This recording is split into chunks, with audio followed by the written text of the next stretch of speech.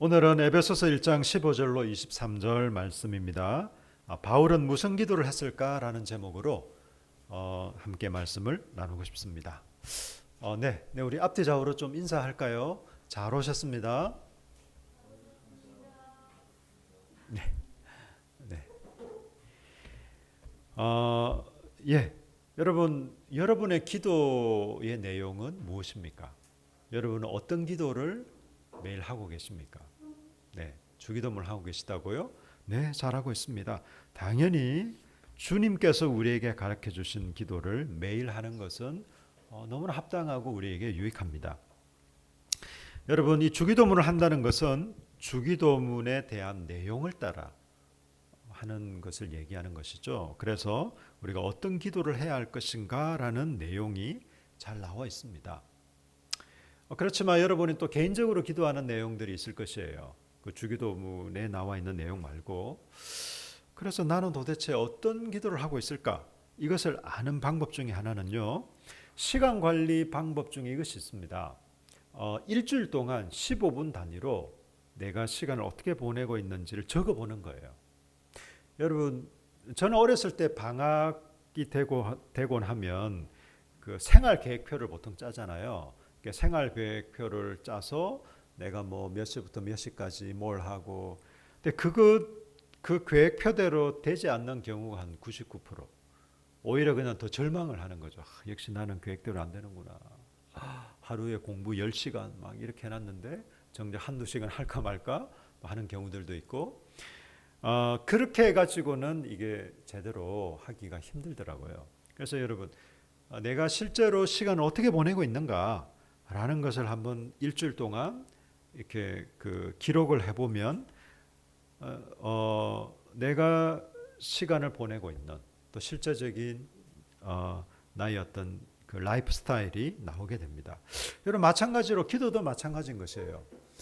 우리가 어떤 기도를 하고 있는지를 여러분 한번 이렇게 기록을 해보시거나 한번 점검해 보면 내가 주로 어떤 기도를 하고 있는가 알게 되는 것입니다.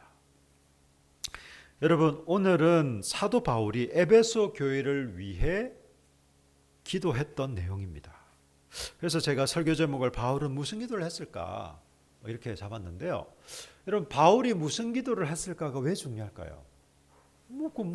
바울의 기도인데, 여러분, 이건 바울의 그냥 개인적으로 바울은 좀 이런 기도를 하는 사람이구나, 여기에 대한 내용이 아닌 것이죠. 이 바울이 무슨 기도를 했을까라는 게 중요한 이유는 바울이 에베소 교회를 향해서 기도했던 이 내용을 볼 때 정말 에베소 교회 성도들이 어떻게 되기를 바라는 마음으로, 또 에베소 교회 성도들을 위해서 했던 바울의 기도의 내용이 과연 무엇일까? 그렇다면 우리도 무슨 기도를 해야 될까? 나를 위해서, 그리고 우리의 공동체를 위해서, 그리고 다른 성도들을 위해서 우리가 도대체 무슨 기도를 하는 게 정말 하나님이 기뻐하시고 원하시는 걸까라는 것을 우리가 이 바울의 기도를 통해서 배울 수 있기 때문에 그렇습니다. 여러분, 이 바울의 기도는요, 오늘 우리와 상황이 너무 다르죠. 2000년 전에, 그것도 1세기 때 로마 제국의 그 지배하에 있는 그 소아시아, 터키의 맨 그 왼쪽, 그 서쪽에 있는 이 에베소라는 지역에 살고 있는 성도들, 그들을 향해서 사도 바울이 하는 기도입니다. 그러니까 당연히 오늘날 우리의 상황, 환경과는 너무나 차이가 있습니다.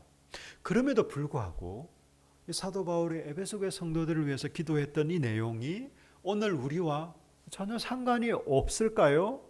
그렇지 않습니다, 여러분. 환경과 상황 혹은 우리가 사도 바울도 아니고 또 에베소 교회 성도도 아니지만 충분히 우리에게 적용되고 또 연결될 수 있습니다. 여러분, 1장 15절부터 23절까지가 사도 바울의 기도인데요. 여기 기도를 보면 이 한글 개역 개정 우리 이 성경을 보면 기도 내용이 두 가지인 것 같아요. 하나는요, 여기 15절 보시면 이로 말미암아 주 예수 안에서 너희 믿음과 모든 성도를 향한 사랑을 나도 듣고 이 에베소 교회 성도들이 가지고 있는 사랑 또 그들의 어떤 믿음을 따른 사랑을 사도 바울이 듣고 너무 하나님께 감사를 드립니다. 그러면서 17절에 보시면요. 우리 주 예수 그리스도의 하나님 영광의 아버지께서 지혜와 계시의 영을 너희에게 주사 하나님을 알게 하시고 하나님을 알게 해달라는 기도를 하는구나. 두 번째 너희 마음의 눈을 밝히사 마음의 눈을 밝혀서 그 다음 세 가지가 나오는데 이런 영적 진리들을 영적인 사실들을 알게 해달라는 크게 보면 두 가지 기도 제목처럼 보입니다. 제가 이 말씀을 드리는 이유는 두 가지 기도 제목이라는 말이에요? 아니라는 말이에요? 아니라는 거죠. 그렇다면 뭘까요? 예, 크게 보면 한 가지 기도 제목입니다. 한 가지 기도 제목. 네, 헬라 원문을 보면요. 이건 한 가지 기도 제목인데요. 바로 이것입니다. 사도 바울이 이렇게 기도하고 있는 거예요. 에베소 교회 성도들에게 성령님을 보내주셔서 그들의 마음의 눈을 밝히시고 그리고 그들에게 영적인 사실들을 알게 해주십시오. 영적인 사실들을 알게 해달라는 겁니다. 어떻게 해요? 성령님을 지혜와 계시의 영이신 성령님을 통해서 성령님이 역사하셔서 그들의 마음의 눈을 밝히시고 그 영적인 사실들을 깨달아 알 수 있도록 이것을 위해서 사도 바울은 기도했습니다. 그럼 그 영적인 사실들이 뭔가? 이제 세 가지입니다. 18절과 19절에 있는 세 가지인 것이죠. 첫째로요. 하나님의 부르심의 소망이 뭔가입니다. 여러분 18절 보십시오. 너희 마음에 우리 18절 같이 읽겠습니다. 1장 18절입니다. 시작. 너희 마음의 눈을 밝히사 그의 부르심의 소망이 무엇이며 성도 안에서 그 기업의 영광이 풍성이 무엇이며 그의 힘의 19절입니다. 시작. 그의 힘의 위력으로 역사하심을 따라 믿는 우리에게 베푸신 능력의 크심이 어떠한 것을 너희로 알게 하시기를 구하노라. 이 18절과 19절에서 영적인 사실들을 깨닫게 해달라고 하는데 그 영적인 사실들은 세 가지가 나옵니다. 첫째로 이 18절에 너희 마음의 눈을 밝히사 그의 부르심의 소망이 무엇인가? 여러분 하나님의 부르심의 소망이 무엇인가? 여러분 여기서 부르심이라는 것은요. 내가 목회자로 혹은 선교사로 혹은 뭐 어떤 교사로 이런 부르심 특정한 사역이나 혹은 특정한 직업으로서의 부르심을 얘기하는 것이 아닙니다. 이것은 하나님의 자녀로 하나님의 사람으로 부르심을 얘기하고 이 소망 역시 이 부르심에 대한 소망을 얘기하고 있습니다. 여러분 하나님이 우리를 부르셨어요. 이 부르심이 얼마나 놀랍고 얼마나 감사한지. 여러분 우리는 하나님의 자녀 양자로 부르심을 받았습니다. 이 소망이 얼마나 놀라운지를 말씀하고 있습니다. 여러분 개인적으로 볼 때요. 우리가 하나님의 자녀로 이 부르심이라는 것은요. 1장 4절을 보십시오. 에베소서 1장 4절. 곧 창세전에 그리스도 안에서 우리를 택하사 우리로 사랑 안에서 그 앞에 거룩하고 흠이 없게 하시라고. 하나님 앞에서 그리스도 앞에서 거룩하고 흠이 없는 존재로 우리를 부르셨습니다. 이 말은 나는 어떤 실수도 하지 않고 어떤 생각도 그냥 나쁜 생각도 하지 않는 그냥 아무 흠결이 없는 완벽한 인간을 얘기할까? 여러분 그게 아닌 것이죠. 우리가 하나님 앞에서 거룩하고 흠이 없는 그런 존재, 그런 자들로 부르셨습니다. 이미 그런 자들이 되었고 또 성령 안에서 그런 자들이 되어갑니다. 우리 안에 육체의 소욕과 성령의 소욕이 막 싸우잖아요.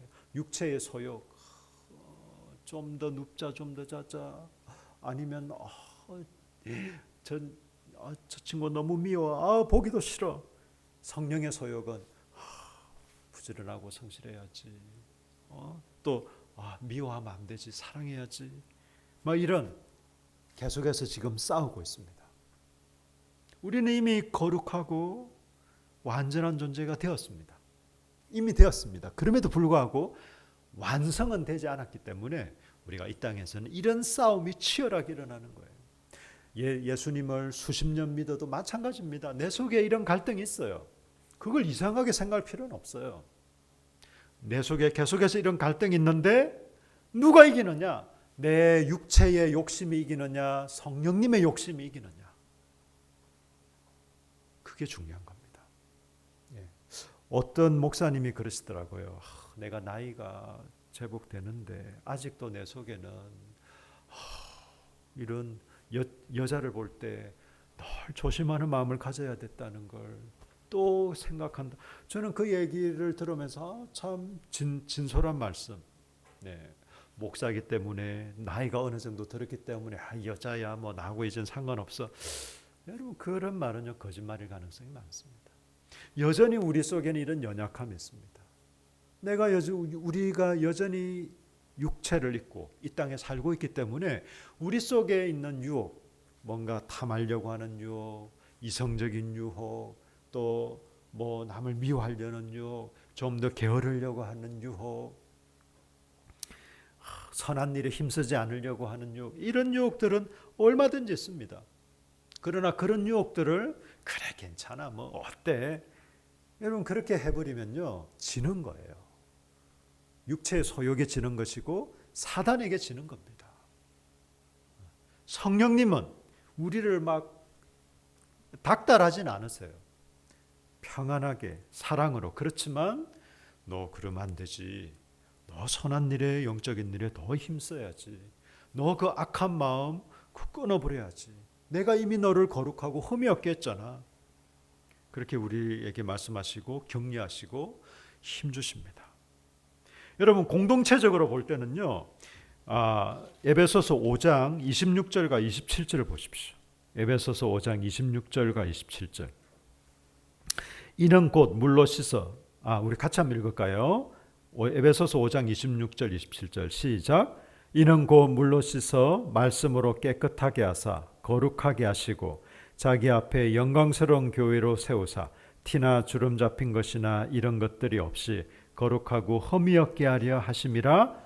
아멘.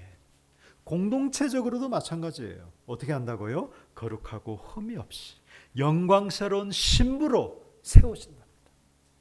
이게 우리의 부르심입니다. 우리 교회 공동체 부르심이에요. 어떻게 해요? 거룩하고 흠이 없고 영광스러운 신부로 우리를 세우시는 겁니다. 이게 교회 부르심 맞습니까? 맞습니다, 여러분. 교회는요 봉사 많이 해야지. 교회는 전도 많이 해야지. 교회는요 기도 뜨겁게 해야지. 다 맞습니다. 다 필요해요. 그러나 우리의 부르심의 본질은요 영광스러운 신부로 단장하는 것이에요. 거룩하고 흠이 없는. 우주적인 차원에서 볼 때는요 하나님께서 그리스도 안에서 만물을 통일하신답니다. 이 에베소서에 보면요 두 가지 표현이 나와요. 충만케 하신다, 통일하신다. 만물을 그리스도 안에서 예수 그리스도가 머리 된 우리 교회를 통해 만물을 충만케 하시고 통일하신답니다. 이 말이 뭘까요? 사실 이 말은 좀 어려워요. 그래서 신학자들도 뭐 무슨 뜻이다 무슨 뜻이다 얘기하는데 제가 쉽게 말씀드리면 만물이 완전한 평화와 아름다움의 상태로 회복될 것이에요. 어떻게 해요? 예수 그리스도가 머리이신 교회를 통해서 우리가 이 부르심을 받았다니까요. 우리를 부르신 부르심이 이 부르심이라니까요. 우리 이 부르심의 소망이 이렇다니까요. 여러분 우리가 매일매일 세상살이로 때로는 근심도 되고 염려도 되고 때로는 힘도 들고 그렇습니다. 맞습니다, 여러분. 저는 나이가 들어가 우리 참 권사님 앞에서 좀 송구합니다만 저도 이제 나이가 좀 들어가니까 어쩔 때는 어깨가 아프고 어쩔 때는 허리가 아프고 어쩔 때는 그렇습니다, 여러분. 이미 눈도 요즘 한 40대 초만 돼도 노안이 옵니다, 여러분. 옛날에는 어르신들이나 노안이 왔는데 요즘 안 그래요. 한 번씩 제 아내가 뭐 불러도 예? 예? 벌써 기가 먹는 거야. 뭐 이렇게 얘기를 해요. 그때 아찔합니다. 제가 아직 귀가 잘 안 들리고 그렇지는 않는데 뭐 농담식의 그 얘기를 들을 때 아이고 내가 벌써 그렇게 됐나? 막 예. 그렇습니다, 여러분. 우리는 나이가 들어가면 따라 이런저런 신경 쓸 일도 많고 부모님은 점점 연로해 가시고 자식들은 커가고 또 주위의 사회적인 관계에서 제가 해야 될 이런 역할들은 또 많아지고 신경 쓸 일도 많고 그렇습니다. 우리 세상살이 만만하지 않아요, 여러분.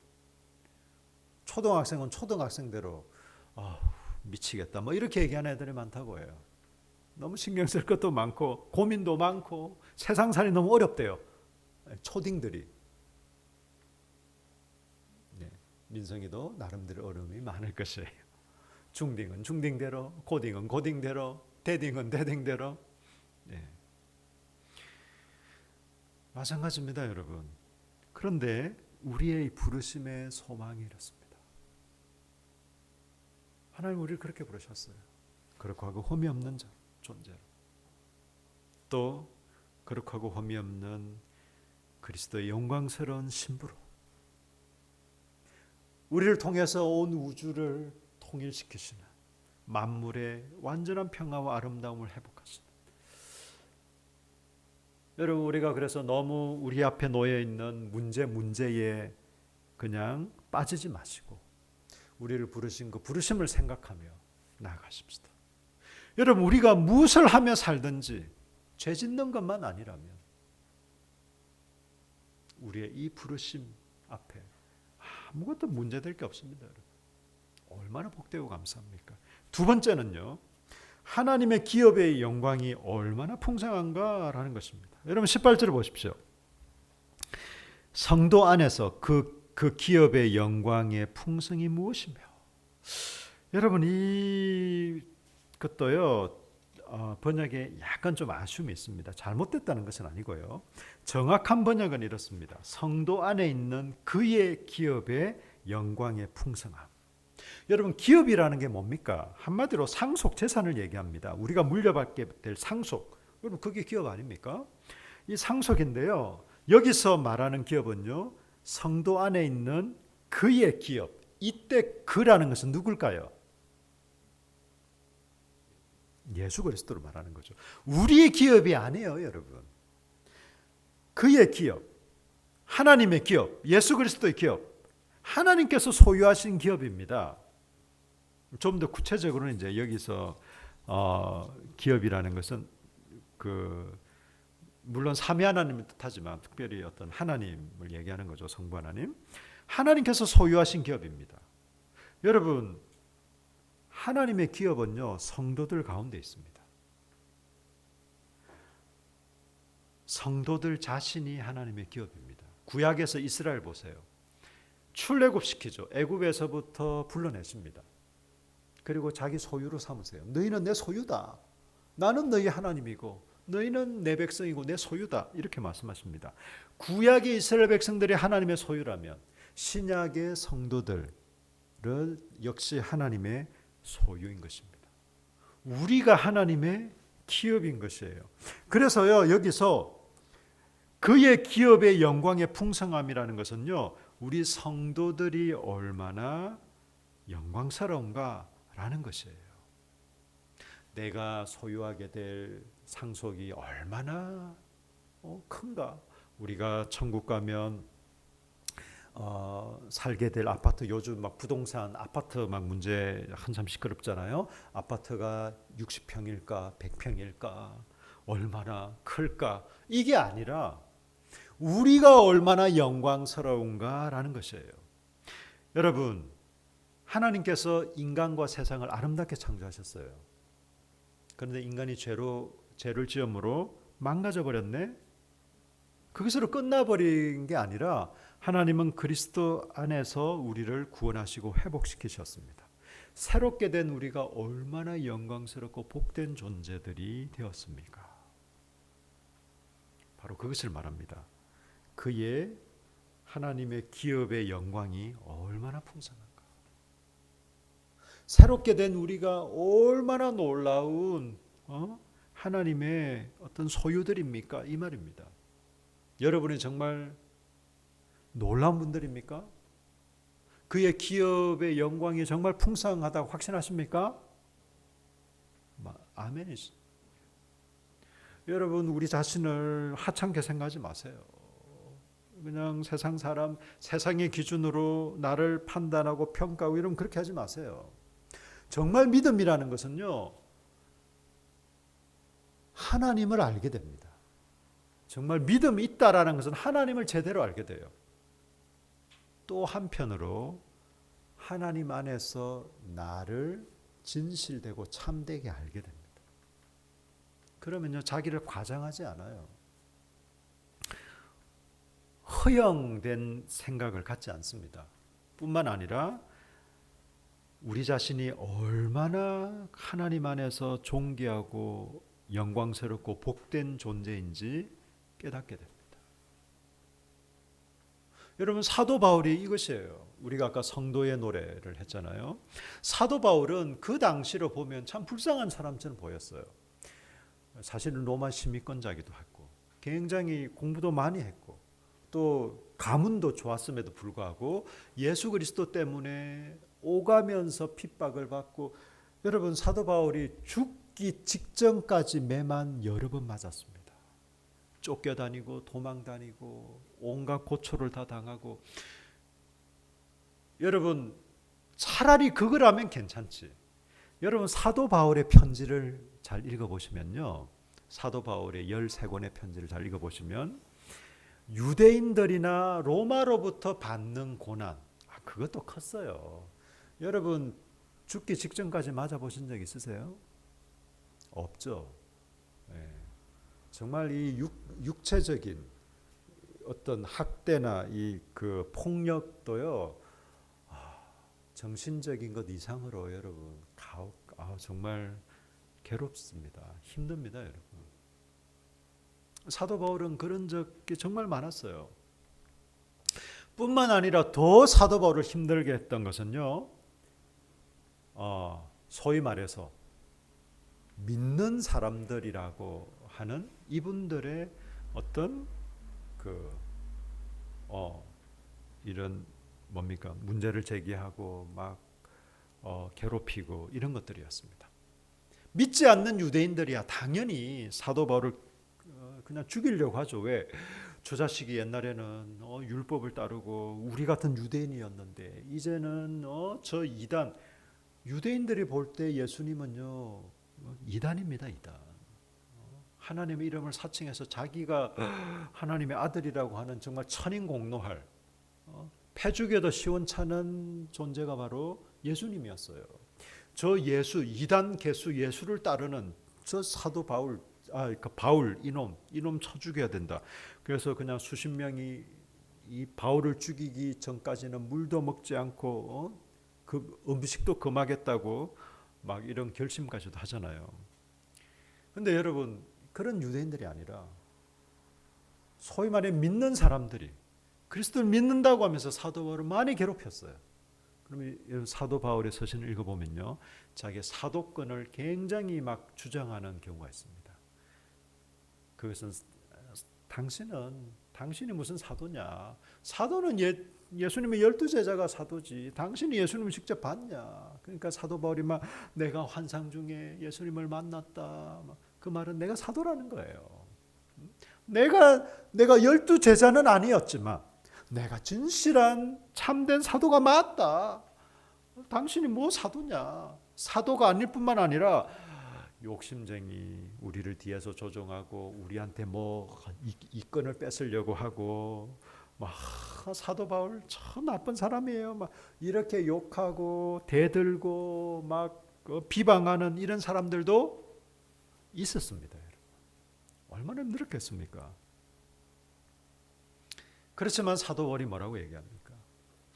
우리는 무명한 자 같지만 유명한 자고, 우리는 가난한 자 같지만 부유한 자고, 우리는 고난받고 멸시당하는 사람들 같지만 오히려 정말 영광스럽고 복된 자다. 그럼 사도 바울이 그렇게 얘기합니다. 내외적으로 다 그런 반대와 핍박과 어려움이 있었음에도 불구하고 여러분 이게 여러분 진정한 그리스도인의 정체성인 것이에요. 꼭 사도 바울과 같은 처지가 되어야만 우리가 올바른 정체성을 가질 수 있는 것은 아닙니다. 모두가 다 그런 역할을 할 수도 없고 그런 상황에 처할 필요도 없어요. 중요한 것은 우리가 어떤 상황에 있든지 하나님께서 우리에게 말씀하시는 그리스도 안에 있는 우리의 진정한 정체성을 발견하면 여러분 우리 앞에 놓여 있는 문제 내적으로 외적으로 이런 것들이 문제가 되지 않을 것이에요. 이것을 우리가 알 수 있습니까? 알 수 없어요. 그래서 사도 바울이 기도하잖아요. 성령님을 부어주시고 그래서 우리의 마음의 눈을 밝혀 주십시오. 그래야만 우리가 이 영적인 진리를 깨달을 수 있습니다. 세 번째는요. 하나님의 능력이 얼마나 큰가 하는 것입니다. 여러분 19절 보십시오. 19절 같이 한번 읽겠습니다. 시작. 그의 19절이 1장 19절입니다. 시작. 그의 힘의 위력으로 역사하심을 따라 믿는 우리에게 베푸신 능력의 지극히 크심이 어떠한 것을 너희로 알게 하시기를 구하노라. 하나님의 능력이 얼마나 큰가. 여러분 고려신학대학원 길성남 교수님이 이것을 좀 쉽게 그 원문을 따라 풀어서 그 원문을 따라 번역한 것을 제가 봤는데 참 번역이 잘 된 것 같습니다. 제가 읽어드릴게요. 그의 강력한 힘으로 역사하심을 따라 믿는 우리에게 베푸신 그의 능력의 지극히 크심이 무엇인지 여러분으로 알게 하시기를 기도합니다. 여러분 여기서 강력한 힘으로 역사하심을 능력 똑같은 말은 아니지만 비슷한 말 4개가 반복되고 있습니다. 여러분 반복을 하는 이유는 뭘까요? 반복은 강조죠. 강조. 강조입니다. 무엇을 강조하는 겁니까? 강력하고 힘이 있고 역사하고 능력이 있고 하나님의 이 능력이 정말 크고 위대하다. 이걸 얘기하는 거예요. 하나님의 능력이 크고 위대하다. 여러분 근데 놀라운 것은 이것입니다. 하나님의 능력이 크고 위대하다. 무엇을 말하는 걸까? 하나님은 힘이 센 분이셔. 하나님은 말씀 한마디로 모든 걸 다 그냥 끝장낼 수 있는 분이셔. 이런 얘기를 하려는 게 아니에요. 물론 그런 능력도 있지만 사도 바울이 여기서 하나님의 능력이 너무나 크고 위대하다라고 말하고 있는 것은요. 그 뒤에 이어집니다. 20절을 보십시오. 그의 능력이 그리스도 안에서 역사하사 죽은 자들 가운데서 다시 살리시고 하늘에서 자기의 오른편에 앉히사. 그리스도의 이 놀라운 능력, 하나님의 크고 위대한 능력을 무엇으로 얘기하고 있습니까? 부활로 얘기하고 있습니다. 부활과 성천. 하나님의 위대한 능력은요, 부활과 성천입니다.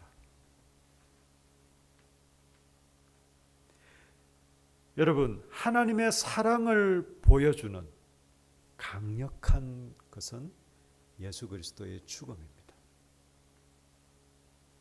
예수 그리스도의 죽음이 하나님의 놀라운 사랑, 하나님의 놀라운 능력을 보여주는 탁월한 증거는요, 그리스도의 부활입니다.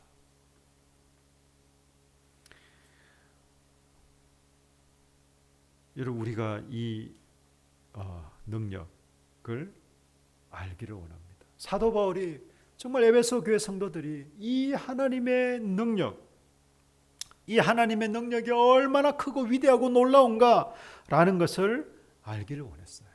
그냥 하나님 크시고 능력도 있으시고 좋은 분이니까 기도해. 그럼 하나님 들어주실 거야. 단지 이런 얘기를 하는 게 아니에요.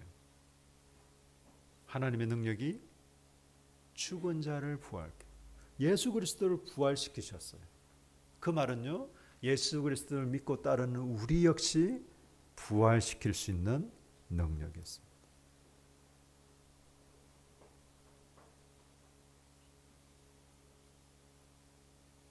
여러분 그냥 나한테 잘못을 했다. 뭐 그럼 내가 용서해 줄게. 그 정도는 할 수 있어요. 뭐 사실 그것도 쉬운 건 아니지만 뭐 그건 할 수 있다 쳐요. 나한테 누가 돈을 빌렸다. 그래, 뭐 괜찮아. 안 갚아도 돼. 이렇게는 할 수 있어요.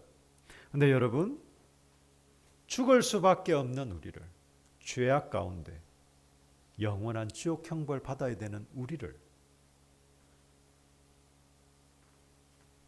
영원히 살 수 있는 부활의 영광스러운 몸으로 만드실 수 있는 것은요, 그냥 괜찮아, 됐죠, 오케이, no problem, 이것으로는 되지 않습니다.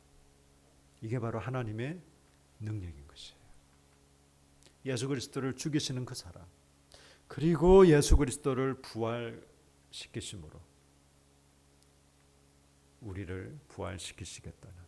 여러분, 예수 그리스도의 부활이요, 뭐 우리가 오늘 물론 부활절은 아니지만 너무 중요한 게 하나님의 사랑을 나타내실 뿐만 아니라 예수 그리스도가 부활의 무슨 열매라고요?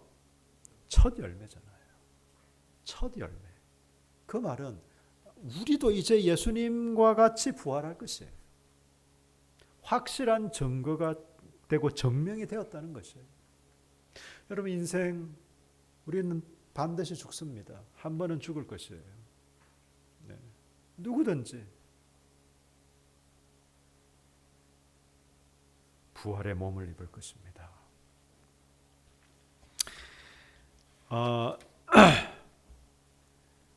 여러분, 특히요 에베소 지역이 어떤 지역인가 하면요, 아데미 여신을 섬기는 지역이었어요. 그 당시 제일 큰 신전, 아데미 신전이 이 에베소 지역에 있었어요. 매년 아데미 여신 축제가 열렸던 곳입니다. 뿐만 아니라 이 당시에 소아시아에 영지주의가 굉장히 만연해 있었습니다. 이 영지주의의 특징은요, 이 이원론도 있고 여러 가지 있지만 그 중에 하나가 소수의 특정한 사람들만이 영적인 지식을 알게 된다는 것이에요. 그리고 그 구원에 다다를 수 있다는 것입니다. 그러니까 이 에베소 지역에 보편적으로 사람들이 어떤 생각을 하고 있었냐면, 내가 이 영적인 지식을 깨달을 수 있을까? 나도 이 구원에 이를 수 있을까? 이런 불안, 염려, 두려움이 많았어요. 이런 상황에서 사도 바울이 에베소 교회 성도들에게 얘기하고 있습니다. 너희의 부르심을 봐라. 너희의 부르심이 얼마나 안전하고 확실하고 놀라운가. 하나님의 능력으로 예수 그리스도를 부활시키셨듯이 너희도 부활에 참여하게 될 것이야. 이게 하나님의 능력이야. 너희의 어떤 참된 깨달음 아니면 어떤 종교적인 수행 이런 게 아니야. 특정한 계층, 특정한 사람들, 그런 사람들만이 어떤 영적인 깨달음을 얻어서 구원에 이르게 되는 게 아니야. 성령님께서 우리 모두에게, 우리 각자와 우리 모두에게 성령님께서 임하시고 우리의 마음의 눈을 밝히셔서 깨닫게 해주시는 거야 라고 말씀하고 있습니다. 여러분, 인류대학 박사 학위가 있다고 해서요 예수님을 알 수 있는 게 아닙니다. 학교 근처에 가보지 않은 분도 예수님을 깨달아 알 수 있습니다. 그 어떤 차이가 있을까요? 물론 그 사람의 어떤 겸손한 마음, 또 예수 그리스도를 받아들이려는 이 마음의 태도도 필요하지만 그 이전에 성령님께서 깨닫게 해주시는 겁니다. 여러분, 그렇지 않고는요, 여러분, 이건 불가능해요. 설명될 수 없습니다. 저와 여러분이 어떤 사람들입니까? 어떤 존재들입니까? 사도 바울이 에베소 교회 성도들을 위해서 기도하고 있습니다. 그 중에는 좀 환난당한 사람도 있을 거고, 어쩌면 보증을 잘못 써가지고 피 때문에 힘들어하는 사람도 있을 거고, 또 어떤 사람은 시험을 앞둔 사람도 있을 거고, 글쎄요, 또 어떤 사람은 이렇게 교통사고를 당해서 지금 좀 육체, 몸의 회복이 좀 필요한 사람도 있을 거고, 다양한 사람들이 있을 것이에요. 에베소 교회 성도들을 사도 바울은 잘 알고 있습니다. 여기서 수년을 사역했던 분이니까 사도 바울이 그걸 모르겠습니까?